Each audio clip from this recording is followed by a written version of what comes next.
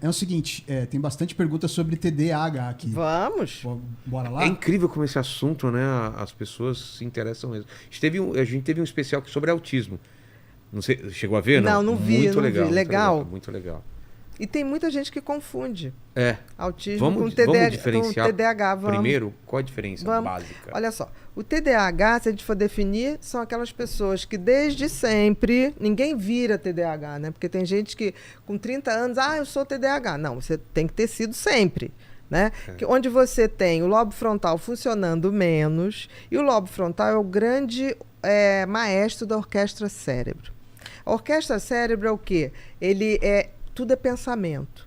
Então, o lobo frontal, ele filtra o excesso de pensamento e o excesso e a velocidade desse pensamento. Quando esse freio vem freando menos, o TDAH ele tem mais pensamento e numa velocidade muito maior. Então, ele capota na sua própria velocidade. Tem muita inteligência, tem tudo, mas ele de vez em quando capota. É como se fosse uma Ferrari, só que ele não sabe conduzir a Ferrari. Entendi. Para acidentar é muito mais fácil. O autismo, você pode ter hiperatividade física. Acontece isso com o autismo. E as pessoas confundem TDAH com hiperatividade física. Não. A hiperatividade do TDAH é mental. Você pode ter uma pessoa super zen, por isso que antigamente se falava TDAH predominantemente desatentivo. Que predominava mente desatentivo. Tá. Era aquela criança que estava ali na escolinha, não fazia bagunça, não fazia nada, mas também não tinha noção do que estava fazendo ali. Se a professora perguntasse, a pessoa não sabia dizer, Entendi. porque estava em outro lugar, o pensamento já estava fora dali.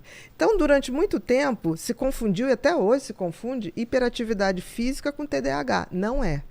Ele pode estar presente, a hiperatividade física? Pode. E como no autismo você tem a hiperatividade física por hipersensibilidade, não por excesso de atividade cerebral, muita gente confunde as duas coisas, principalmente em criança. Entendi.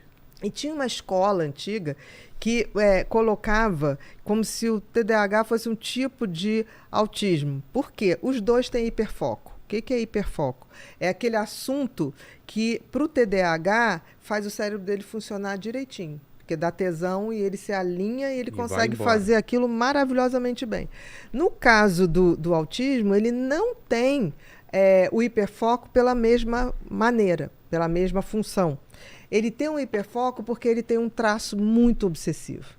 Então, ele quando para numa coisa, você está conversando com uma pessoa que tem autismo, ele tende a repetir a mesma história várias vezes. Entendi. Ele tem muitos rituais. Como tem gente que fala assim, fulano tem toque. Não, dentro do autismo você tem sintomas toque.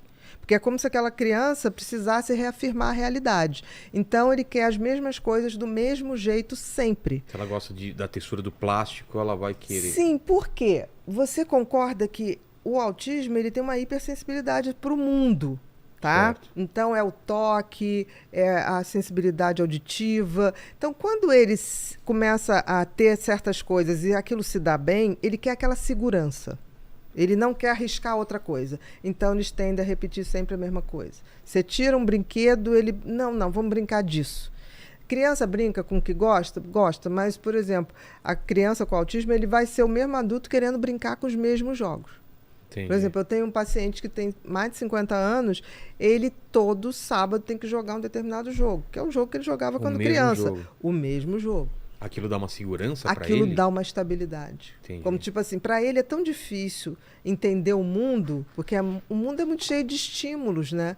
Então, para ele, aquilo é tão assustador que ele compõe o mundo dele de uma forma mais tranquila. Entendi. Por exemplo, por que ele tem muita dificuldade em socializar? Porque, na realidade, existe um excesso de sinapses no autismo. Ele nasce porque até 5 meses, por exemplo, está tudo formado. A partir de 5 meses até o nascimento, existe um processo de lapidação. Tira tudo que é excesso. Excesso de sinapses, excesso de células de sustentação. É como se fosse uma obra. Você, no final, você vai tirando o excesso de argamassa, o excesso da pintura. O que acontece com as pessoas que têm autismo é que isso não acontece. Eles nascem com um excesso. Por isso, esse excesso de irritabilidade, de som, de sensibilidade. Então, eles ficam muito confusos. E isso tira deles uma coisa que a gente tem, que eu leio a sua fisionomia.